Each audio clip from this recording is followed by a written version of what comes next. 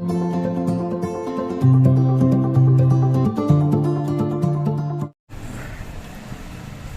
everyone, welcome to this lesson of linear programming problem. Linear programming problem, shortly known as LPP. This is a problem concerned with finding the optimal values of the given linear function. Here the linear function that takes a straight line graph gives us a straight line जिसमें output input के समानुपाती होता है. एक circuit वाला एक device या device जिसमें आउटपुट इनपुट के बराबर हो, या फिर कह सकते हैं एक ही चीज एक ही डायमेंशन वाली, एक आयाम वाली, जिसमें वन डायमेंशनल वेरिएबल हो. Suppose equation y equals to x mx plus c, y equals to mx plus c, x plus y equals to 1. These are some types of linear equations. तो जिसमें linear equation linear involve हो, one dimension वाले variable जिसमें involve हो, वो linear हो जाएगा. ये एक मैथमेटिकल एक्सप्रेशन होता है. तो इसको कुछ टर्म्स है, उनको देख लेते हैं. यहाँ पर ऑप्टिमाइजेशन का मतलब होता है मैक्सिमाइजेशन या मिनिमाइजेशन करना of a function of variables. Objective function जो हमारा होगा उसमें या तो हम मैक्सिमाइज करेंगे या मिनिमाइज करेंगे. एलपीपी का जो मेन मकसद है प्रॉफिट को मैक्सिमाइज करना और लॉस को मिनिमाइज करना. ये एलपीपी का मेन फंक्शन है, यहाँ पर मेन वर्क है. इसमें जो कॉन्स्टेंट्स होते हैं सेट ऑफ लीनियर इक्वेशंस और इनइक्वालिटीज, जो इनइक्वालिटीज इन्वॉल्व होती हैं इक्वेशन में, those are known as constants. CONSTRAINTS constants. Linearity का मतलब होता है mathematical expression in which expressions among the variables are linear. इस तरह का expression A1 x1 plus A2 x2 plus AN xn is linear. इसमें when equation are n in number, ये equation हमारे n नंबर में हो, x1 to xn, we will get unique solution. n relations हो तो वहां पर एक यूनिक सॉल्यूशन होगा. अगर इनकी वैल्यू कम या ज्यादा है n से, number of restrictions less than n और greater than n, there does not exist a unique solution. तब हम hit and trial use method का यूज कर लेते हैं. तो ये कुछ बेसिक डिस्कशन जो कि लीनियर प्रोग्रामिंग प्रॉब्लम के लिए करते हैं.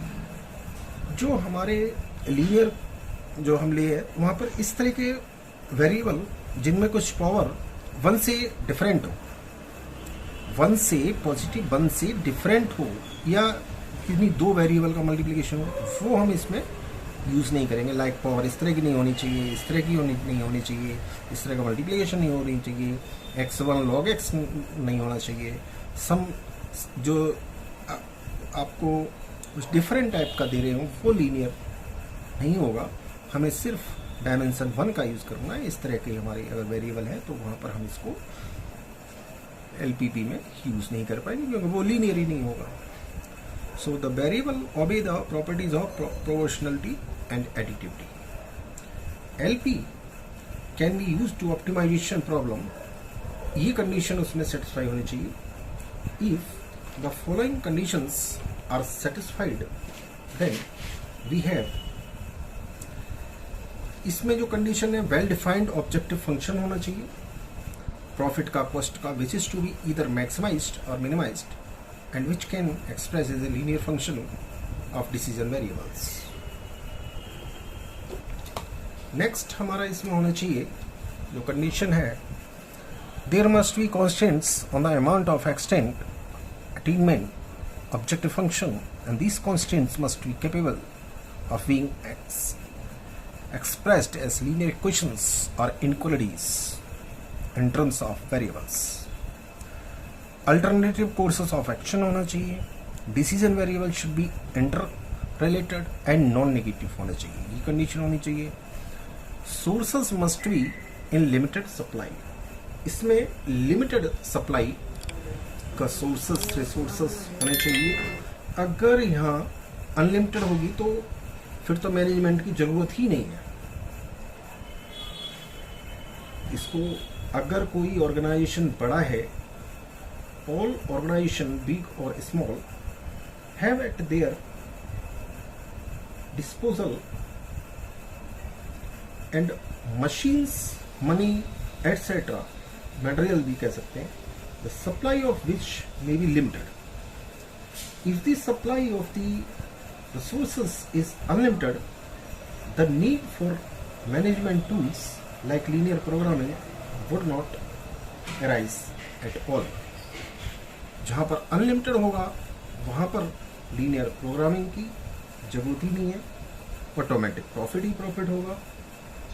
अब केवल लिमिटेड होगा तब हम लीनियर प्रोग्रामिंग को लगाएंगे। Supply of resources is limited, then management must find the best allocation of its resources in order to maximize the profit or minimize the loss. Loss को मिनिमाइज करना होता है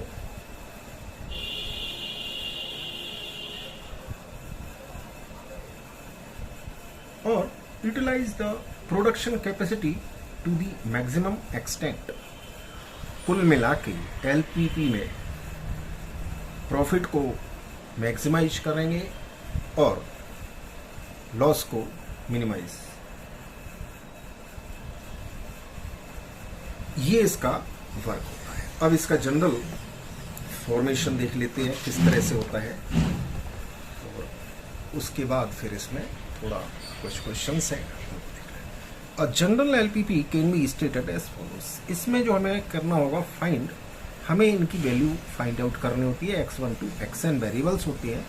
सो हमने यहाँ पर जनरल डिस्कशन करना है तो यहाँ पर सीधा सीधा ये ऑप्टिमाइज होगा, optimize the function, linear function होगा ये, optimize the linear function, optimize z equals to c1 x1 plus up to cn xn। ये इक्वेशन 1 हो गया। इसको ही बोलते हैं ऑब्जेक्टिव फंक्शन। हमारा ऑब्जेक्टिव क्या है, या तो ये मैक्सिमाइज करेंगे या फिर मिनिमाइज होगा। सो हमारा यहाँ पर ये जनरल केस लेके चल रहे हैं तो हमने ये सारे सिंबल यहाँ पर यूज कर लिए। आगे चल के हम इनमें से कोई भी एक यूज करेंगे, अपनी प्रॉब्लम के हिसाब से इसको जनरेट करते हैं। सब्जेक्ट टू द कॉन्स्टेंट्स, ये हमारा ऑब्जेक्टिव फंक्शन हो गया। अब इसमें सब्जेक्ट टू द कॉन्स्टेंट्स, इसको s.t भी बोल के चल लेते हैं। s.t का मतलब होगा subject to the constants, subject to भी लिखते हैं और सब्जेक्ट टू द कॉन्स्टेंट्स ये फॉलो होता है इसका। ये इक्वेशन इस तरह से बनेगी, इसमें इनक्वलिटी और इक्वलिटी, ये इनक्वलिटी, ये इनक्वलिटी और इक्वलिटी को लेके चले हैं। आगे चल के अपने सिचुएशन के हिसाब से मैक्सिमाइजेशन की है तो हम क्या लेंगे, कोई भी एक सिंबल इनमें से लेके वर्क करते हैं। इसकी जो कॉन्स्टेंट्स हैं, ये कॉन्स्टेंट्स की इक्वेशन बन जाएगी। इसकी नॉन नेगेटिव रेस्ट्रिक्शंस होना चाहिए। जो ये वेरिएबल्स है x1 से xn तक, यानी xj's should be non negative. ये रेस्ट्रिक्शंस होनी चाहिए। j equal to 1 to n है इक्वेशन, इसको इक्वेशन 3 कर दिया। और ये सारे a11 a12 इसको aij's कहते हैं, और ये b1 b2 bm bi's कहते हैं, और c1 c2 cn इसको cj's कहते हैं। ये सारे cj's आर कॉन्स्टेंट्स होंगे। और जो ये x1 से xn है यानी xj's आर वेरिएबल्स और j equal to 1 to n, यानी ये सभी हमारे वेरिएबल्स होंगे जो कि नॉन नेगेटिव होंगे। इन इक्वेशन 2 देयर में be any one of the 3 science. जो हमारे 3 साइन हमने लिए हैं यहाँ पर इनइक्वालिटी के, इनमें से हम कोई सा भी एक लेके वर्क करेंगे। सो इक्वेशन 1 ऑब्जेक्टिव फंक्शन हो गया, ये वही चीज है। अगर हमारा कोई भी बी आई निगेटिव है तो हम उसमें अकॉर्डिंगली पॉजिटिव बनाने के लिए अपना -1 का मल्टीप्लाई करेंगे, और जो हमारा ये इनक्वालिटी है वो भी -1 के साथ साथ चेंज हो जाता है अकॉर्डिंग टू कंडीशन। -1 से पॉजिटिव बनाएंगे, मल्टीप्लाई करेंगे, वो साइड में मल्टीप्लाई करना होता है, और इनइक्वालिटी का सिंबल भी उसी हिसाब से कन्वर्ट हो जाता है। अब इसी एलपीपी को मैट्रिक्स फॉर्म में इस तरह से लिखेंगे, क्योंकि अभी हमारा जनरल केस है तो ऑप्टिमाइज यहाँ पर लिख देंगे। So optimize z equals to c x, a x equals to this condition, और x all x greater than 0, greater than equals to 0। So subject to constants subject dash dot T dot भी use कर लेते हैं। Next इसका general discussion इसी matrix form में जो हम लीनियर प्रोग्रामिंग का फॉर्मेशन करते हैं, ये कुछ कंडीशंस हैं इसकी। ई मैट्रिक्स होगी कोएफिशिएंट ऑफ ऑर्डर m/n की, और सी जो यहाँ पर होगा रो वेक्टर होगा, इसको प्राइस वेक्टर भी बोल देते हैं, और x जो ये column vector, b column vector, और 0 n डायमेंशनल नल कॉलम वेक्टर होगा। इस तरह से यहाँ पर इसका वर्क चलता है। अब ये एक प्रॉब्लम है जिसको कि डिस्कस करते हैं। A firm manufactures 3 products A, B, C. The profits are ₹3, ₹2 and ₹4 respectively. ये प्रॉफिट ए के लिए है, ये प्रॉफिट इतना 2 रुपये की और 4 रुपये की सी के लिए, 2 रुपये की बी के लिए, 4 रुपये की सी के लिए। The firm has 2 machines given as follows. 2 machine हैं जी और एच, जो ए के लिए इतना आइटम प्रोड्यूस करती हैं, सिमिलरली बी और सी के लिए, और इस तरह से एच मशीन दूसरी है तो इतना। Processing time given in minutes for each machine on each product. Machine G and H have 2000 and 3000 machine minutes respectively. A firm must manufacture 100 A's, 200 B's, 50 C's, but not more than 145 A's. What is the LPP या LP formulation for this problem? Simple इसको formulate करना है general form में, तो उसको करने का एक तरीका देख लेते हैं। इस तरह से इसको फॉर्मुलेट करना होता है, वो आप इजीली इसको कर सकते हैं। So suppose x1, x2, x3 be the number of products for A, B and C. Profit for product A is ₹3, similarly for B के लिए 2।